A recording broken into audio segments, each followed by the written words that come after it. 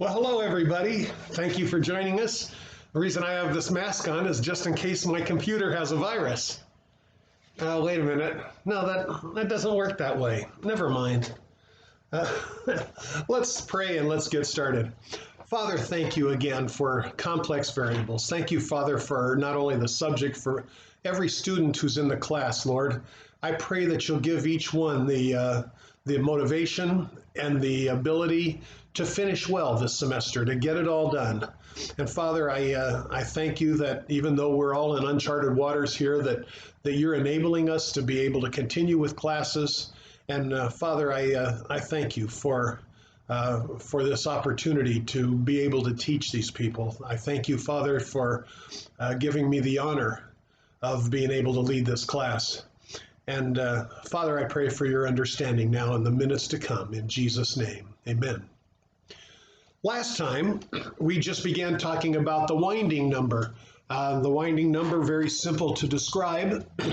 If you have a closed curve and you have a point in a region that curve is contained in, and the point is outside the curve, then the winding number should be zero. There shouldn't be any number of times other than zero that curve goes around that point. If the point is inside the curve, then it just depends on how many times the curve winds around. The surprising part, at least to me when I took complex variables many moons ago, was that there's a very simple formula that looks unlikely, but alas, it doth work, that tells us what the winding number is. And I'm going to put that up here as a reminder. We did it last time.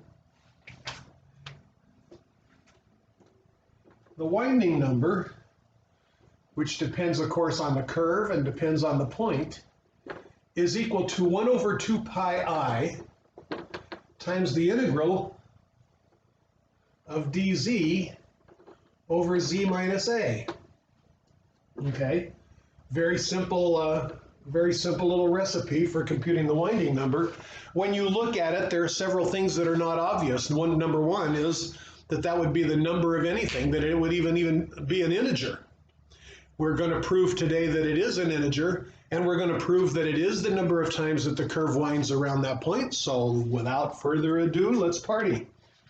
First of all, theorem.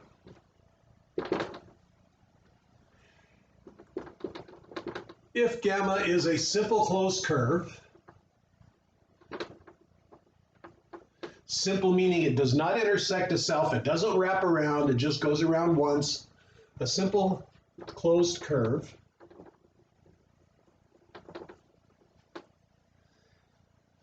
oriented counterclockwise, as usual, counterclockwise is a positive orientation,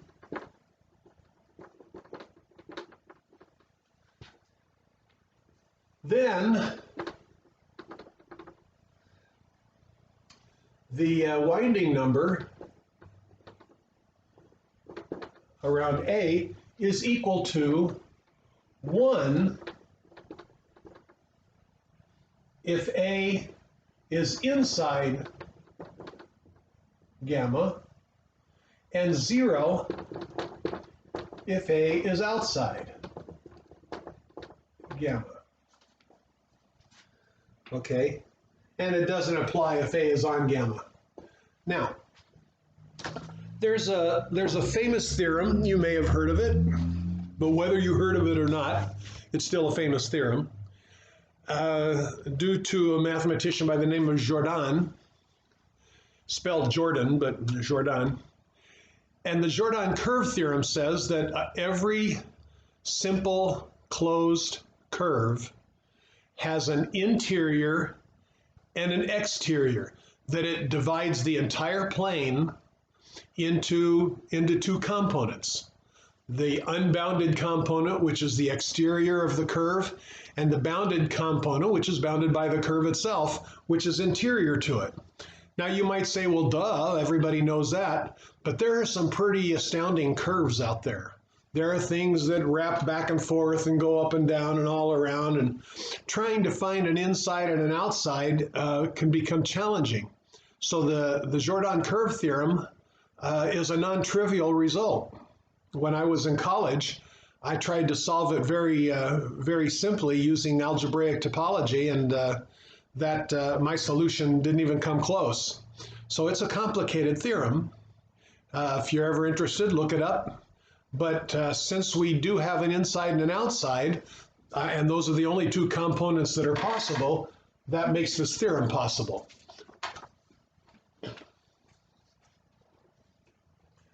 Let's prove this beast. First of all, if A is inside gamma,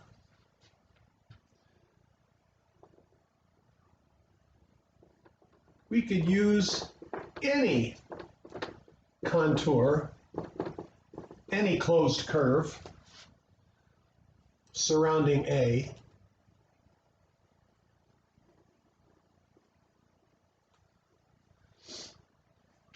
So let's use a circle.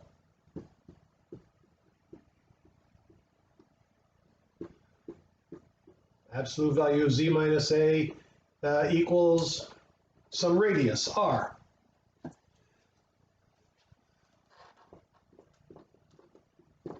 Now, just as in the proof of Cauchy's integral theorem,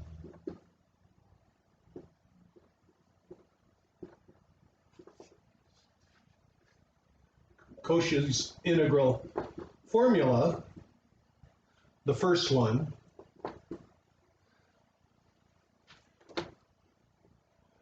we end up with the integral of f of z over z minus a taken over this new gamma now, or any gamma that's closed, is equal to 2 pi I times f of a.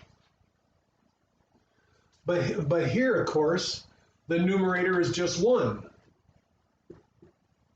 So here, f of z is identically 1.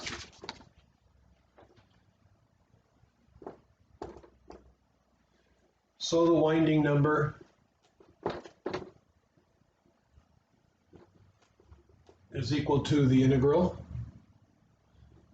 of 1.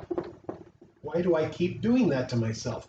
1 over z minus a dz, which is equal to 2 pi I times 1.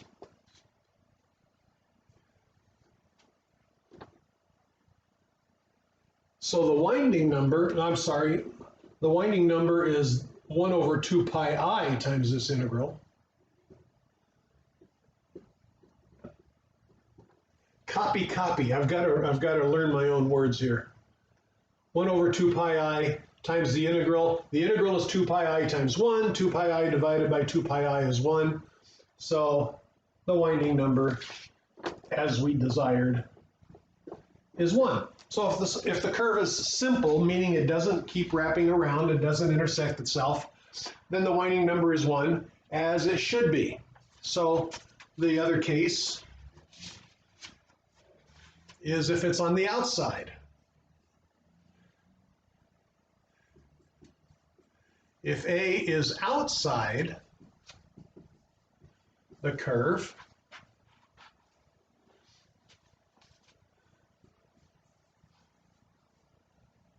then 1 over z minus a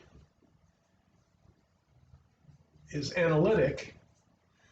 Keep in mind all through here, it's the usual setup, that gamma is, that everything is taking place where this function 1 is analytic, and well, function 1 is entire. And so dividing by z minus a only gets into trouble at a. Okay, so 1 over z minus a is analytic outside of gamma in the unbounded component. So by the closed curve theorem,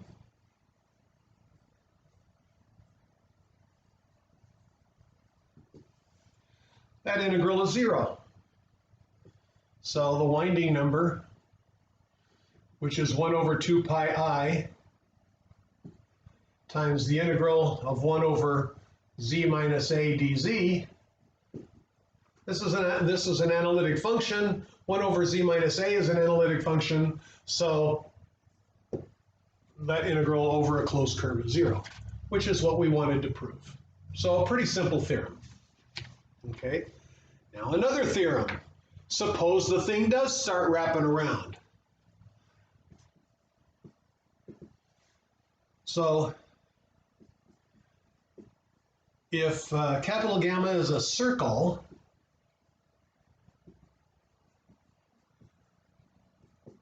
that encircles A k times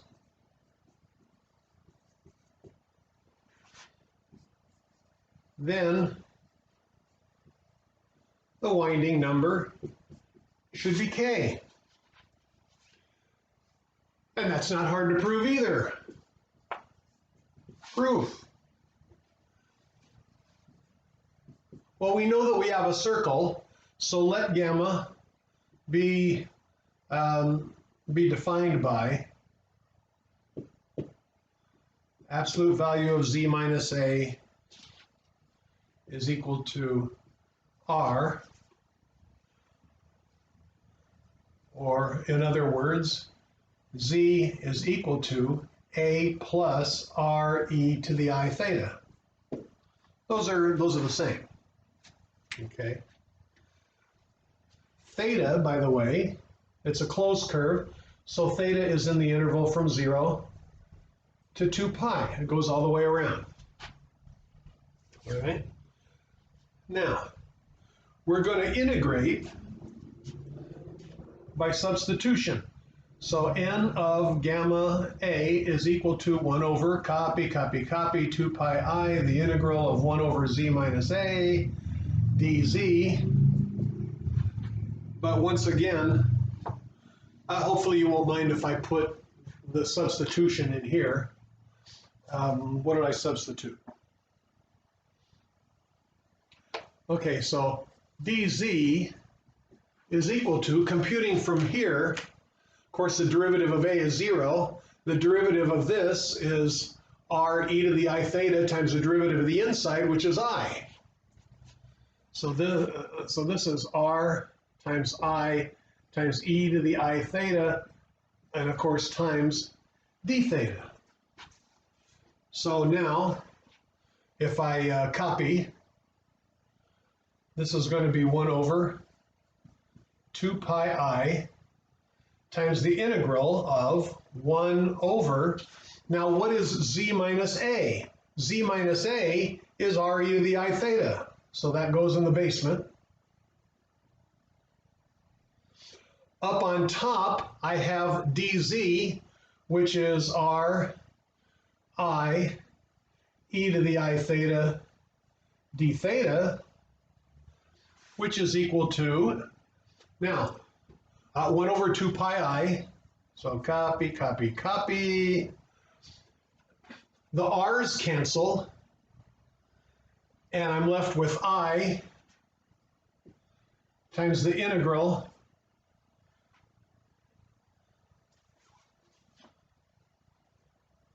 let's see. Oh, and the e to the I thetas, by the way, cancel. I've got a 1 on top and nothing on the bottom. So this is just the integral of 1 d theta from 0 to 2 pi, which is equal to, now the i's cancel, and I've got now 1 over 2 pi.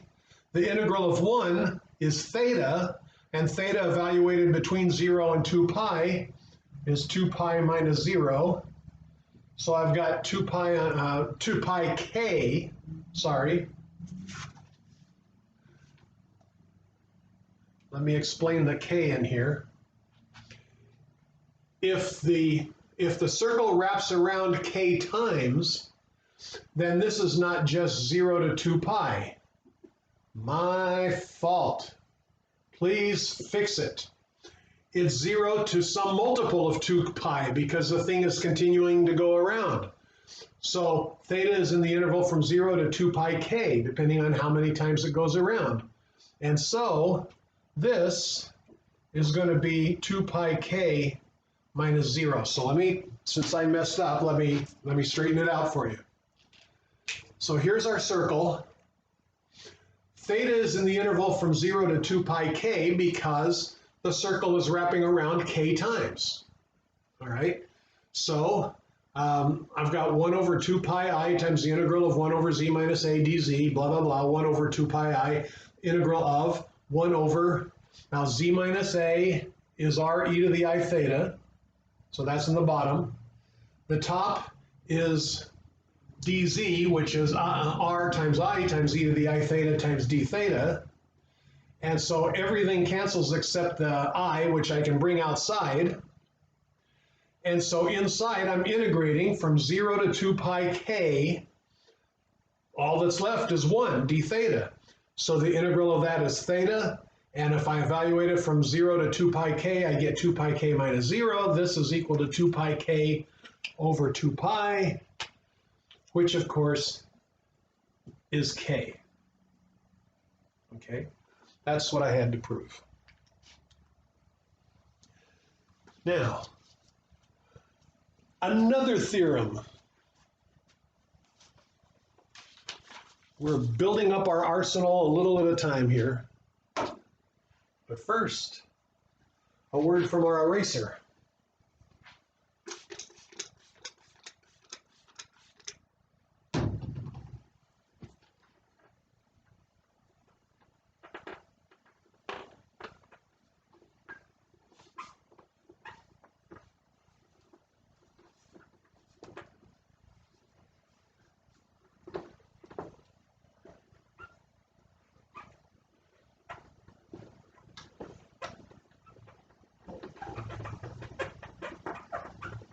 Okay. Pressing on. Now our theorem will be for any closed curve, because that one, of course, was for a circle. If gamma is any closed curve.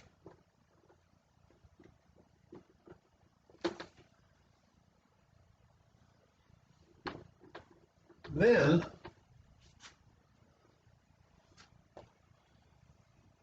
one over 2 pi I times the integral of z to the n with respect to z is equal to 0 if n equals 0, 1, 2, etc. It's equal to the winding number if n equals -1, and it's equal to 0 if n is -2, -3, -4, etc. Okay, so the only one that survives is when n equals -1. Does that bring back memories of a residue or what? Okay, and this is where 0 is not on the curve. Okay, so it's either inside or outside. Proof. First of all, let's take care of this case. If n is greater than or equal to 0, then z to the n is entire.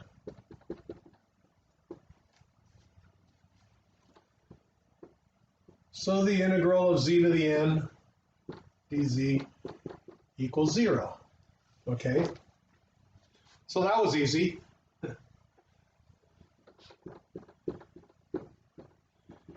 If n equals -1, then by definition, and I never use the phrase by definition unless it actually is the definition. By definition, the winding number at 0 is equal to 1 over 2 pi I integral over gamma, z to the negative 1, which is 1 over z, dz. And what's that? Well, this is equal to, that's the definition of the winding number. So what is that integral? It is the residue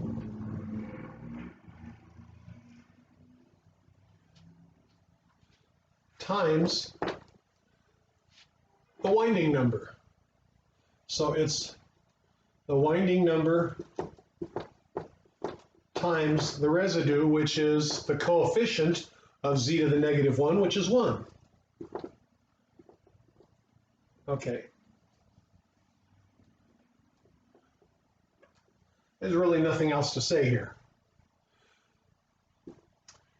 If n is less than or equal to negative 2, then I can integrate z to the n directly. Z to the n is equal to the derivative of z to the n plus 1 over n plus 1, which is defined because n is less than negative 1. So z to the n is an antiderivative.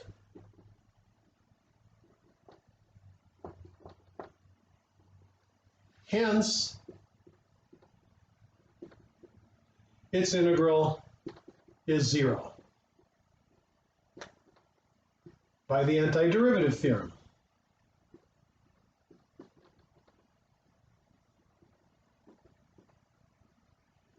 Because it's equal at the two endpoints. Okay. And that, as they say, is that.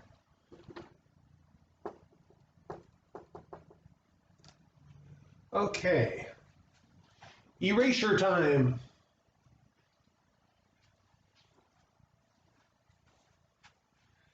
Stand up, little pin. You can do it. You can't do it? Yes, you can. Okay.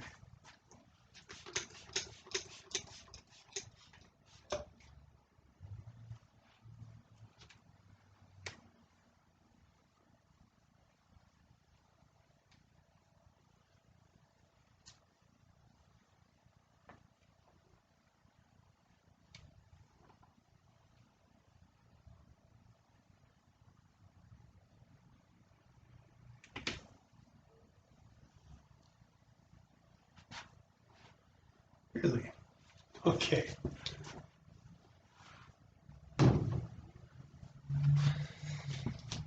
Next, what else is in our arsenal?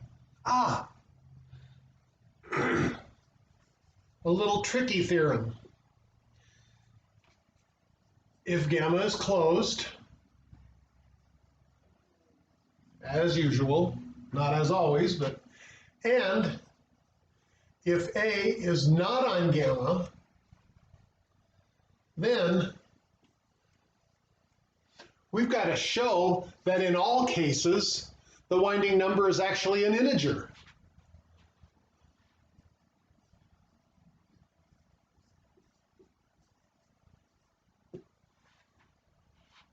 So that's what we have to do. Proof. Now this one's going to be proof by sneaky trick. Once in a while that comes in handy. So let gamma be defined by z of t, which is equal to, who knows what z of t is, but where t is in the interval from 0 to 1. Now, if t were in some other interval, from 0 to 2 pi or 0 to 17 or whatever, then you could scale it by dividing by the appropriate number so that t is actually in 0 to 1, and the theorem is exactly the same. Okay, so we'll assume that t goes from 0 to 1, and here's the sneaky trick. We're going to set capital F of s equal to the integral from 0 to s of z prime of t divided by z of t minus a dt. Now you recognize that that's exactly what we did before. Okay, so this is nothing new. Z prime of t times dt is dz, so this is dz over z minus a, which is the function that we have to integrate there. So the only thing that's missing is the 1 over 2 pi I, but we don't need that for this theorem. By the fundamental theorem,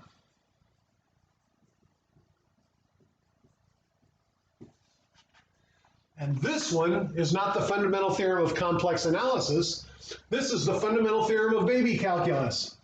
Fundamental theorem of calculus.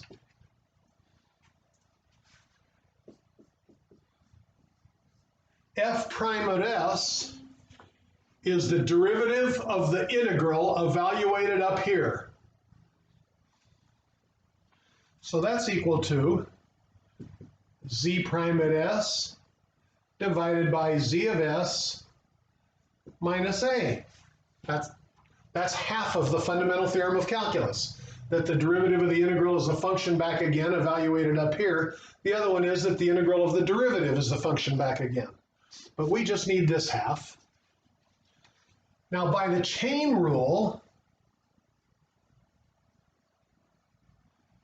so you're getting to practice calculus here, let's take the derivative of the following function, z of s minus a times e to the minus capital F of s. Let's differentiate that, okay?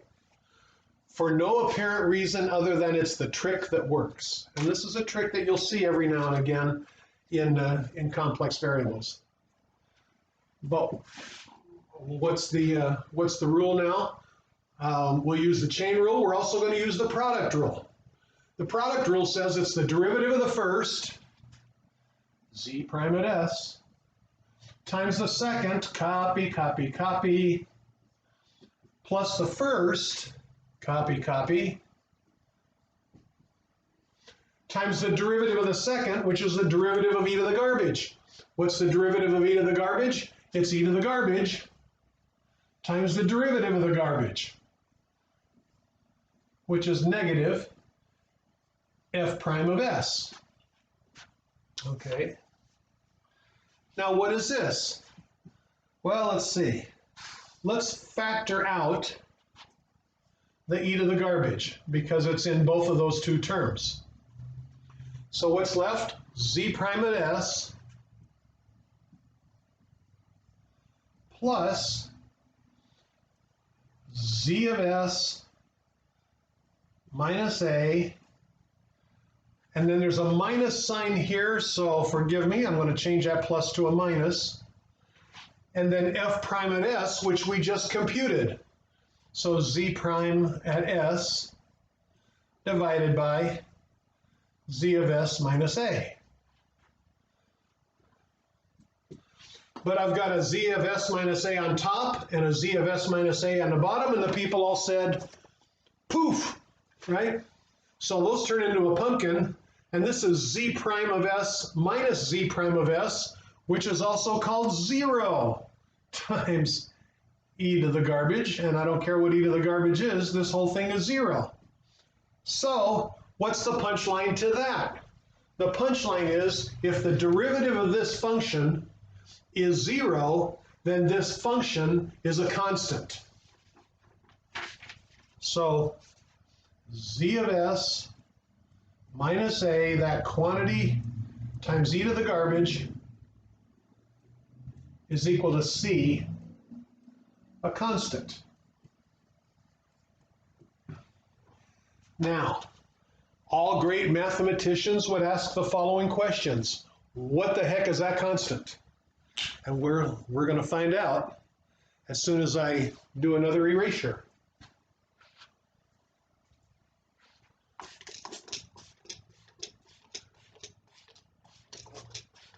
Why don't I just pull down the other board? It doesn't work that way here. Oh, well.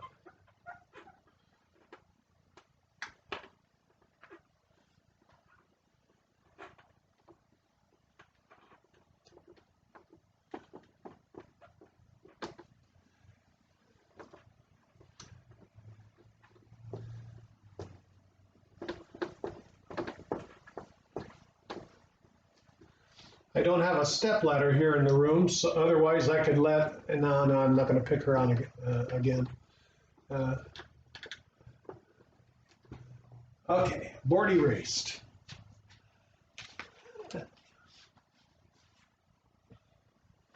So that's a constant. What is a constant? To find C,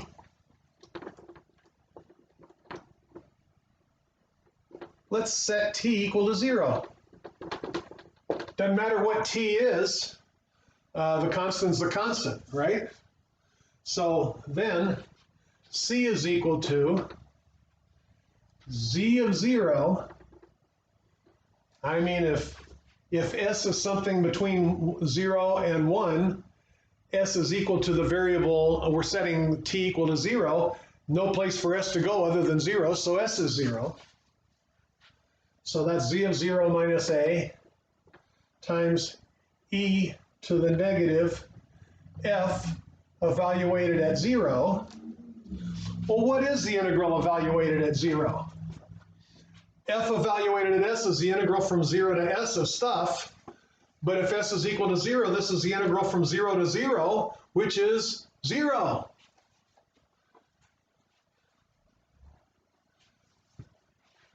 And so the exponent of e is 0. This is e to the 0, which is 1. So this is equal to z of 0 minus a. Therefore,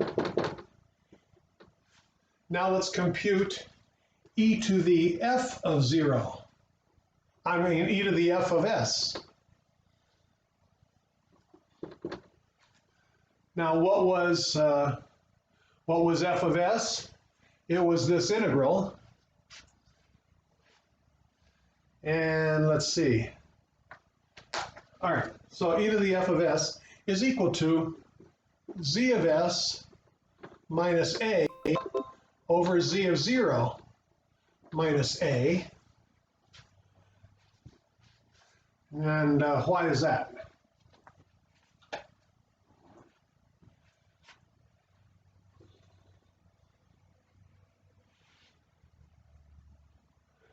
Let's see, let me set my thinking straight here.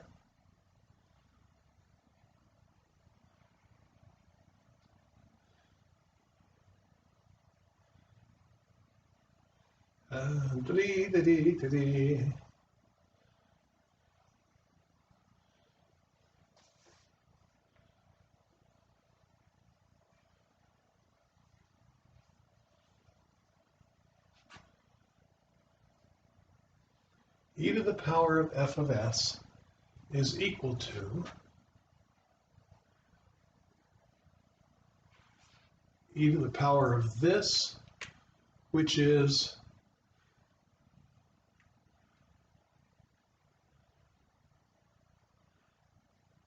right.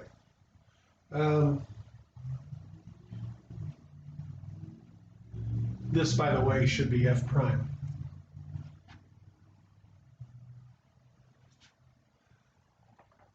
No, I'm sorry, this should be exactly what I had, e to the f of s. So, excuse me for a moment. The reason is because of this. This function in the square brackets is our constant. Our constant is z of 0 minus a. So because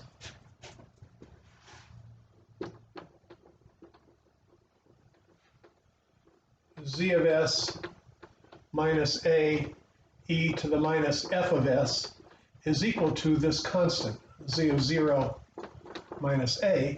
So all I've done is multiply both sides by, actually divide by z of 0 minus a, and I've multiplied here by e to the f of s, which clears it on this side, puts an e to the f of s on the other side. So e to the f of s is equal to this divided by that. Okay, finally. When you get to within 18 inches of the whiteboard, the brain turns to oatmeal. I've told you that before. But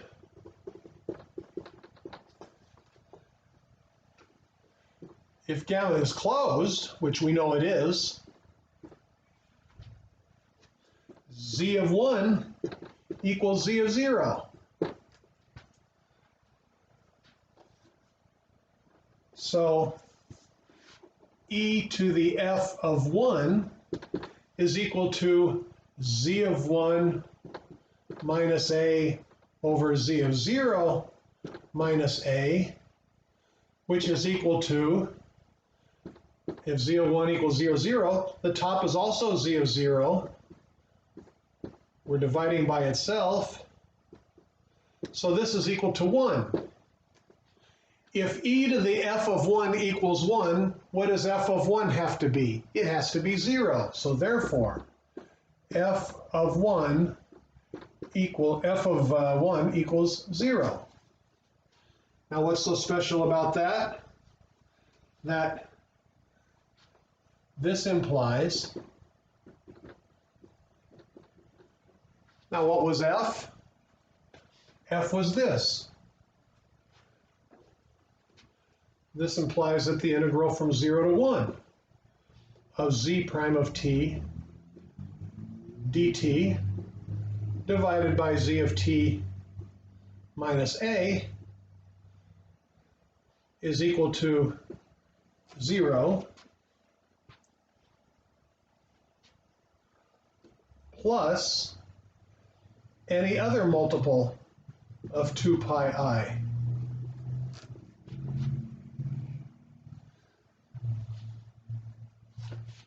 So the winding number at A is equal to 2 pi I k divided by 2 pi I, which is equal to k, and k, of course, is an integer, and that's the end of the proof. Because k is an integer multiple of 2 pi I. So, there's that theorem. Okay, now we get a corollary from this. And as soon as I erase the other side, you'll find out what that corollary is.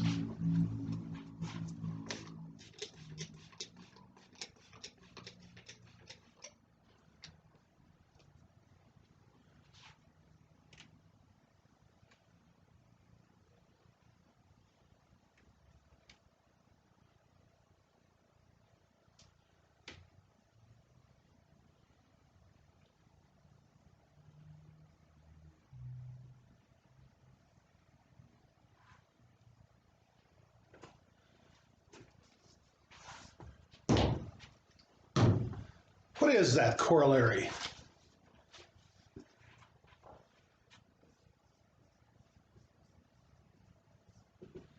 Corollary goes like this. Let gamma be a closed curve. Okay, I won't stop it. Be a closed curve. Then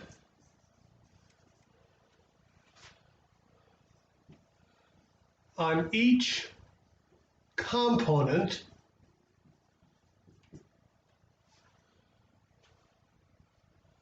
of C, the inside of gamma and the unbounded component, we talked about that with Jordan curve theorem,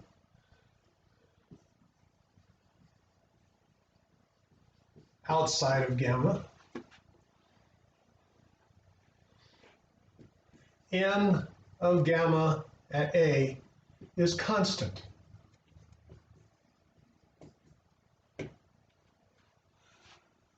Okay, now,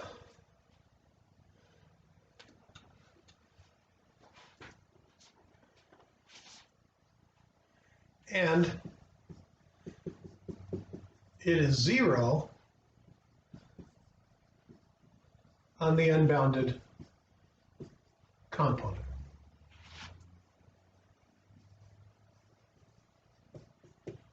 Okay? Now let's prove this corollary. Not too difficult.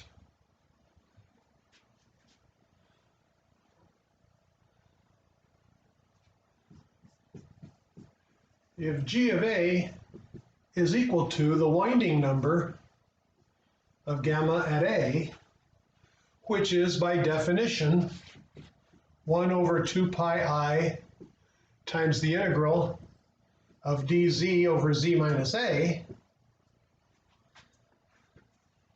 then G is analytic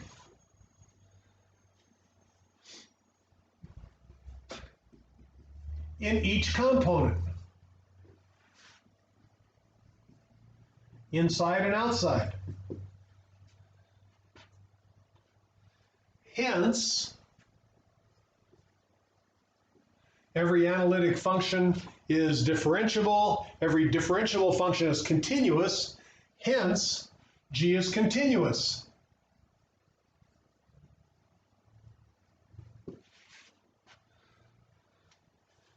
And since it is integer valued, it's a winding number after all, since it is integer valued, in other words, it spits out nothing but integers,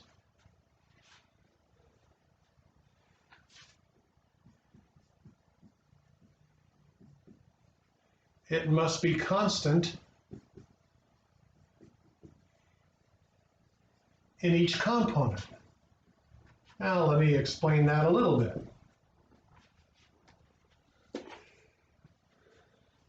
Suppose that it is K someplace inside one of the components. Okay, it's some integer K. Now, if it were not K all the time in that component, then sometimes it would be K and sometimes it would be L. But it's a continuous function, so it can't just jump from K to L. It has to go continuously from K to L, and it can't go continuously because it doesn't take on these non-integer values. And so it has, if it's K anywhere in that component, it's K everywhere in that component.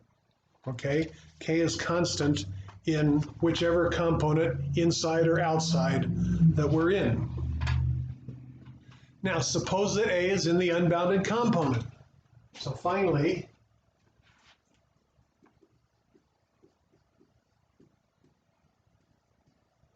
suppose A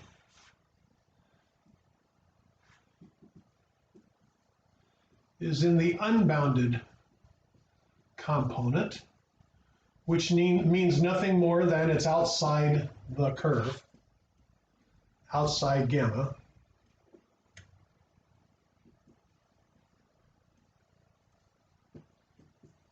Then the limit as z approaches A of G of A is equal to 0. Now why? Because we know that the winding number is 0 for A being outside the curve. The curve doesn't wind around A if it's outside the curve. So the winding number at A is 0. And as Z goes to A, eventually Z is going to get outside that curve, and the winding number is going to be 0. So eventually, the limit as Z approaches A of G of Z is going to be 0. So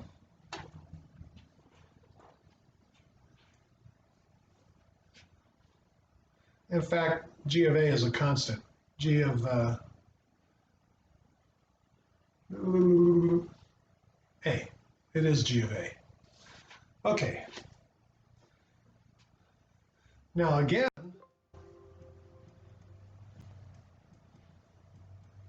since G of A is an integer,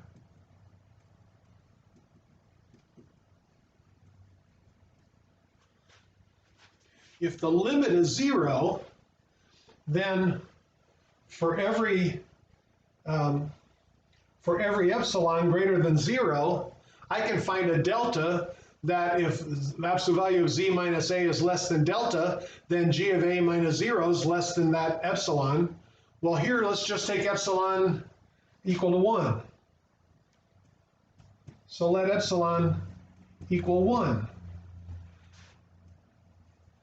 Then there exists a delta greater than 0,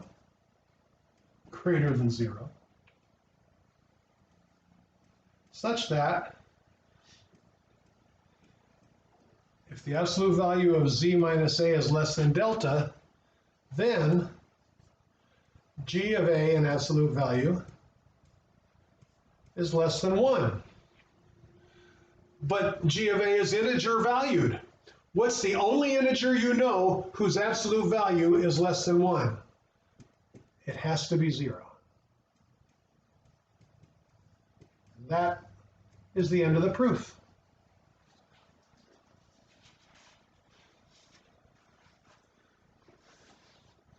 So let's draw a picture or two here.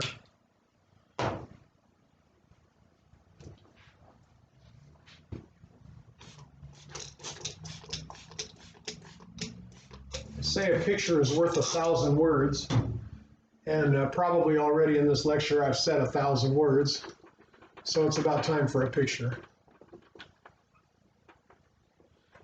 In fact, maybe I'll do 2 pictures and then I can do another 1,000 before the class is over. Isn't that encouraging? Okay.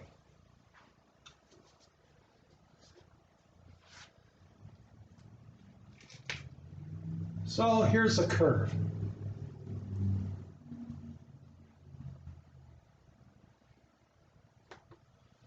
All right. For this curve, what's the winding number in here? Well, it depends on which way the curve is going. Let's say that it's going that direction. So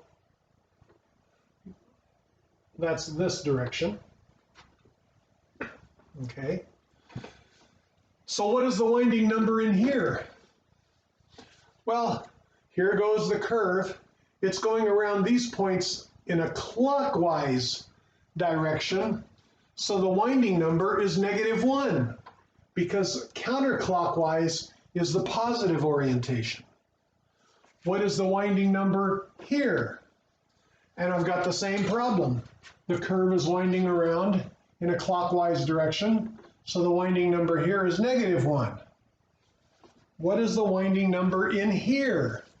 Well, in here, the curve is going around counterclockwise, so the winding number in here is 1. And what's the winding number out here? Well, it doesn't go around those points at all, so the winding number for those points is 0. Does that make sense? And of course, I can't hear your answer.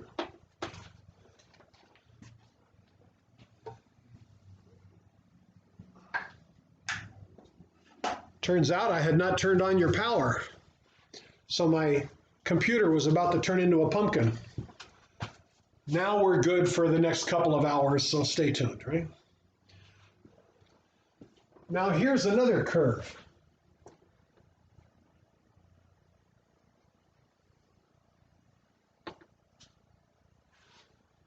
What is the winding number out here? It's still 0. What's the winding number here? Well, it goes around this point 1 time. But what's the winding number in here? And this, by the way, is if the curve is going in this direction. Okay, the winding number in here is 2. And if you were to integrate on this curve, that's exactly what you would get. So hopefully that gives you a little bit better of a picture.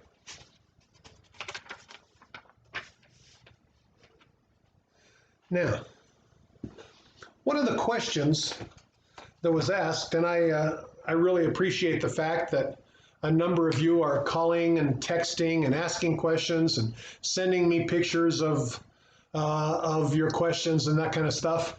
Well, one of the questions that was asked is the following. I know what to do now if I have a pole, if I have a singularity of order m, okay, for example. But what if I have more singularities? What if I have a bunch of different points where there are singularities? Well, we're going to solve that question in the case where the singularities are isolated. Let me tell you what that means. Think of it as places where the bottom of a fraction is 0. Okay? A function can have a lot of places where you have 1 over z minus a squared plus 1 over z minus b to the fourth plus 1, plus e to the z over z minus c to the seventh. You can have a whole bunch of singularities. And if those singular values don't approach some limit that is also a singular value, in other words, if they don't get infinitesimally close to each other, then we say that they are isolated. They're separated by some distance.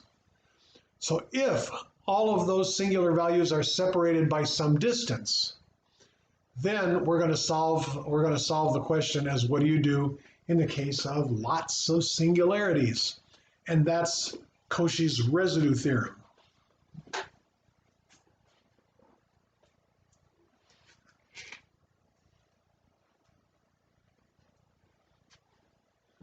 Before we do the theorem, though, we're going to need a little help. We're going to need a lemma. Suppose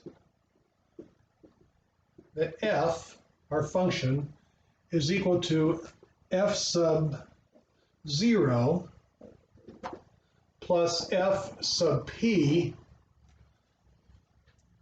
where f sub 0 is analytic on omega, and f sub p is the principal part, which I'm going to spell out. F sub p of z is equal to the sum from k equals negative m to negative 1, so it's going to be just the bad guys, c sub k z minus a to the k. Okay? So that being the case, so these of course are all negative exponents, so these are all z minus a's in the denominator. Then the integral over gamma of f of p of z dz is equal to 2 pi I times the residues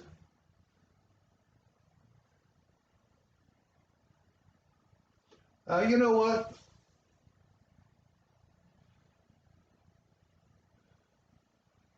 Let's not, well,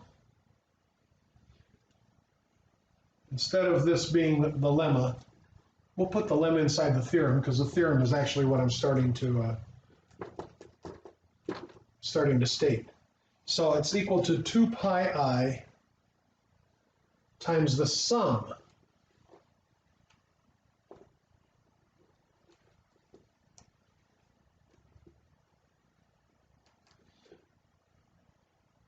for the z sub j's that are inside gamma, z sub j's let's see. You know what? I'm going to redo this from the start.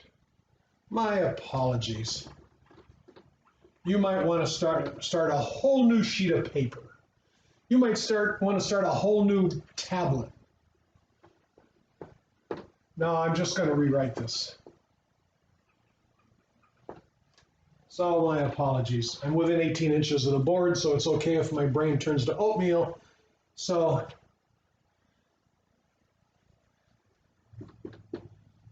if f of z, let's do the whole theorem. If f of z is analytic on a simply connected region,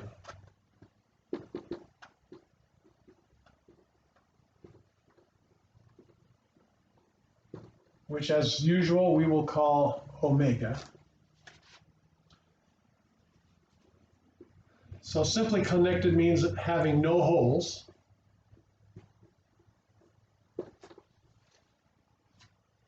Except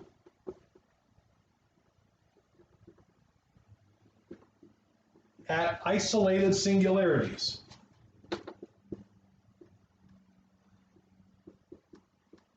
As I was explaining before. And my isolated singularities, I'll list them.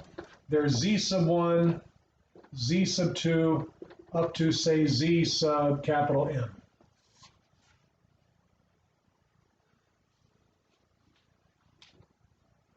Comma.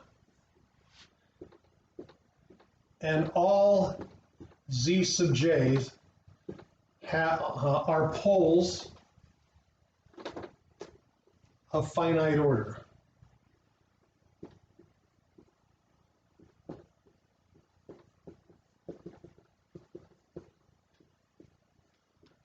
Okay, so that's what we're supposing. Okay, and if gamma is a closed curve that misses all these singularities,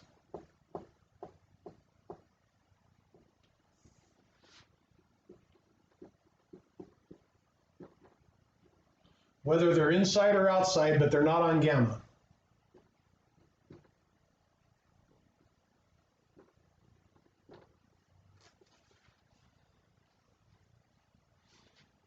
then the integral, if I have enough room here, the integral over gamma of f of z with respect to z is equal to 2 pi I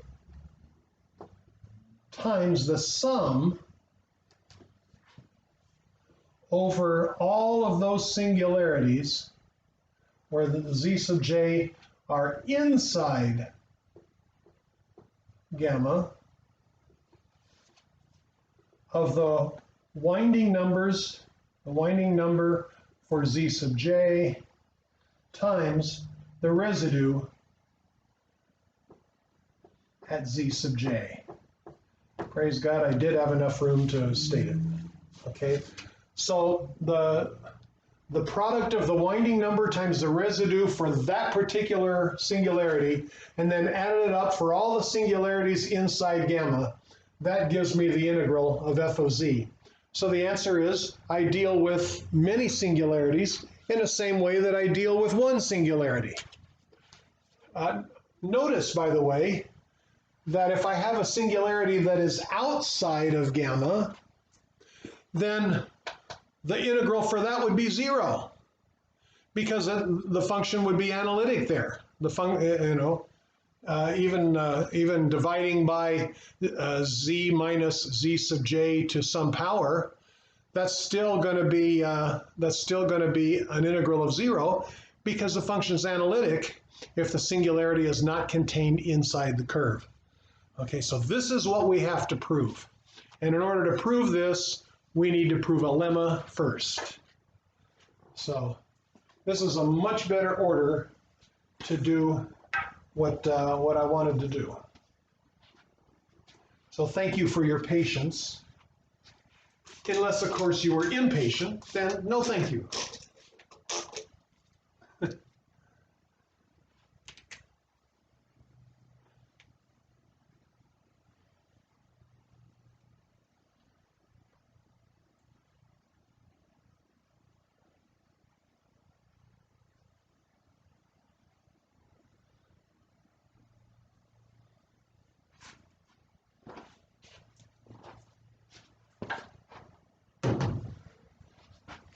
You may have guessed that this is the theorem we were heading for. This one is the big one.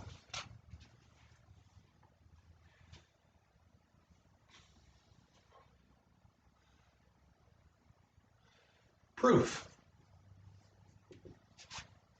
And just a comment, this theorem would be true even if the singularities didn't have finite order. But we're proving it in this special case because the other case is sort of beyond our scope here. So first, let's prove this lemma. Well, okay, first we'll do what I was doing before. Recall the principal part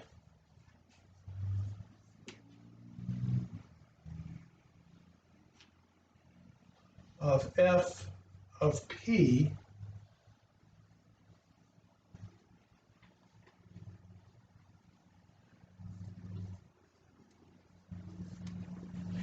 having the pole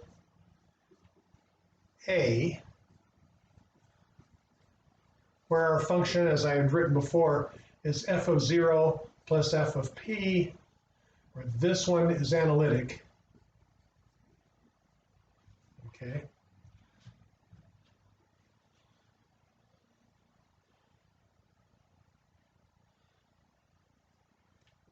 That principal part is f sub p of z equals, and I had written this down before also, so I'm going to write it again.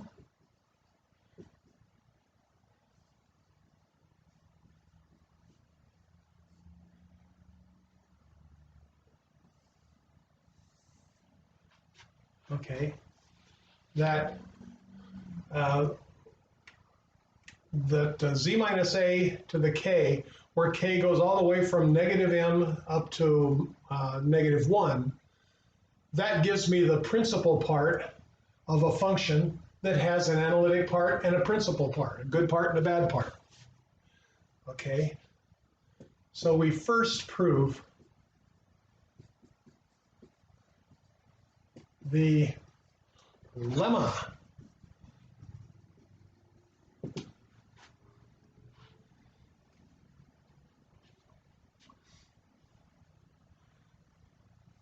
The integral over gamma of the bad part, dz, is equal to 2 pi I times the residue of f at a times the winding number of gamma at a for all closed gamma, gamma living inside omega, and a not on gamma. That's one of the things that we proved earlier. Okay. No, that's what we're going to prove now. We haven't proved this earlier. We're going to prove this now. Okay, so the proof of this comment.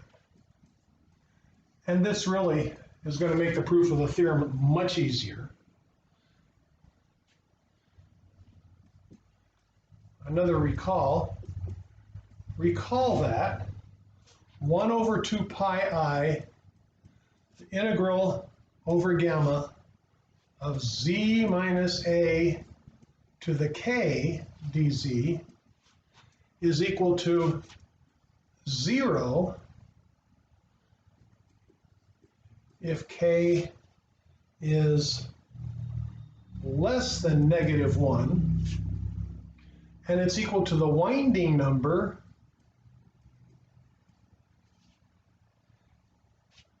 if k equals negative 1. Go back and check your corollary. So this part we know. Okay. Thus,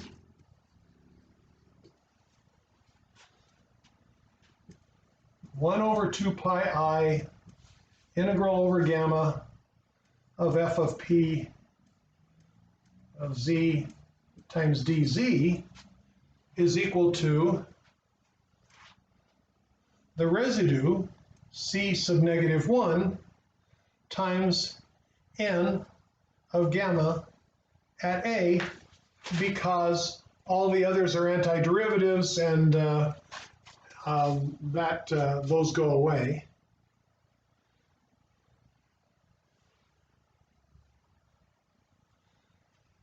Let's see.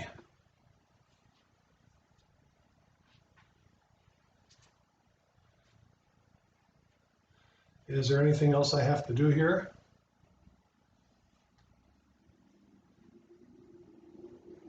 No, because that's the residue. So that's what I had to prove. It's a one-liner that I did in exactly 2 lines. Now, let's continue with the theorem.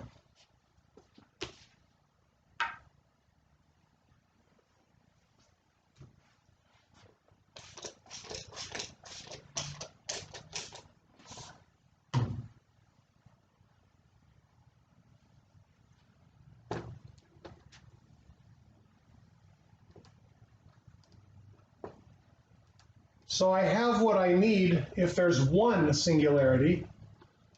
I just have to do the same for each singularity and glue them all together. I don't need this either.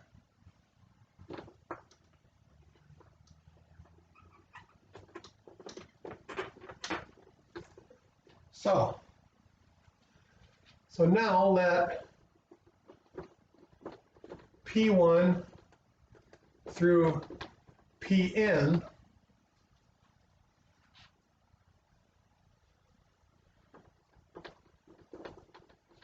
be the principal parts, the actual series, the principal parts of F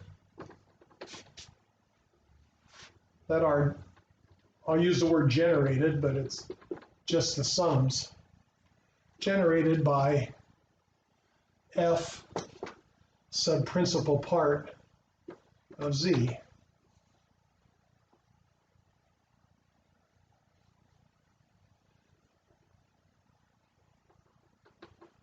For the poles Z1 through, let's see, Zn, okay, respectively, okay, so in the same order, okay. Now,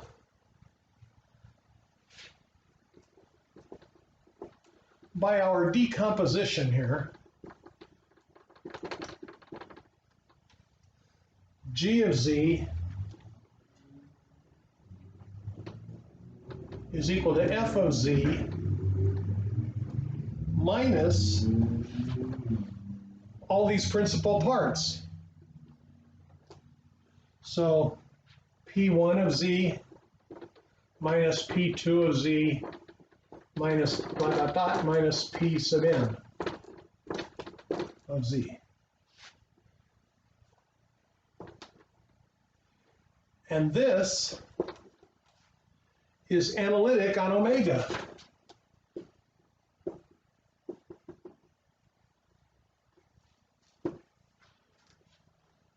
Okay, so what I've done is I've taken the principal parts, and if I subtract those principal parts, then all I have left is the analytic part.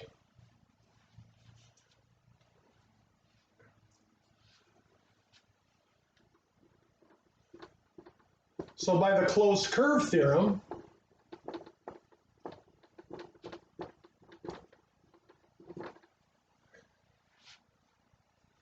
the integral over gamma of G of Z dz is equal to 0. Therefore, the integral over gamma of F of Z dz, well, if this whole thing is 0, then the integral of f of z is going to be the integral of the sum of those.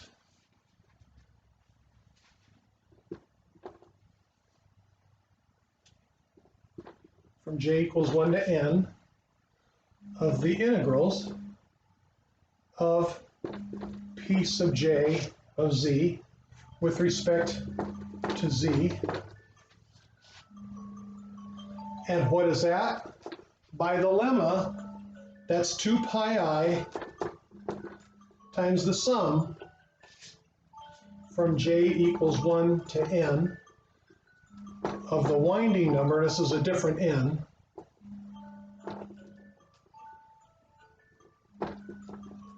at each z sub j, times the residue at that point.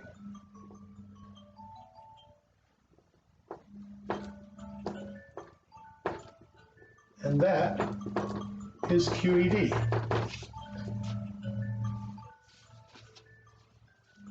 And of course, this is by the lemma.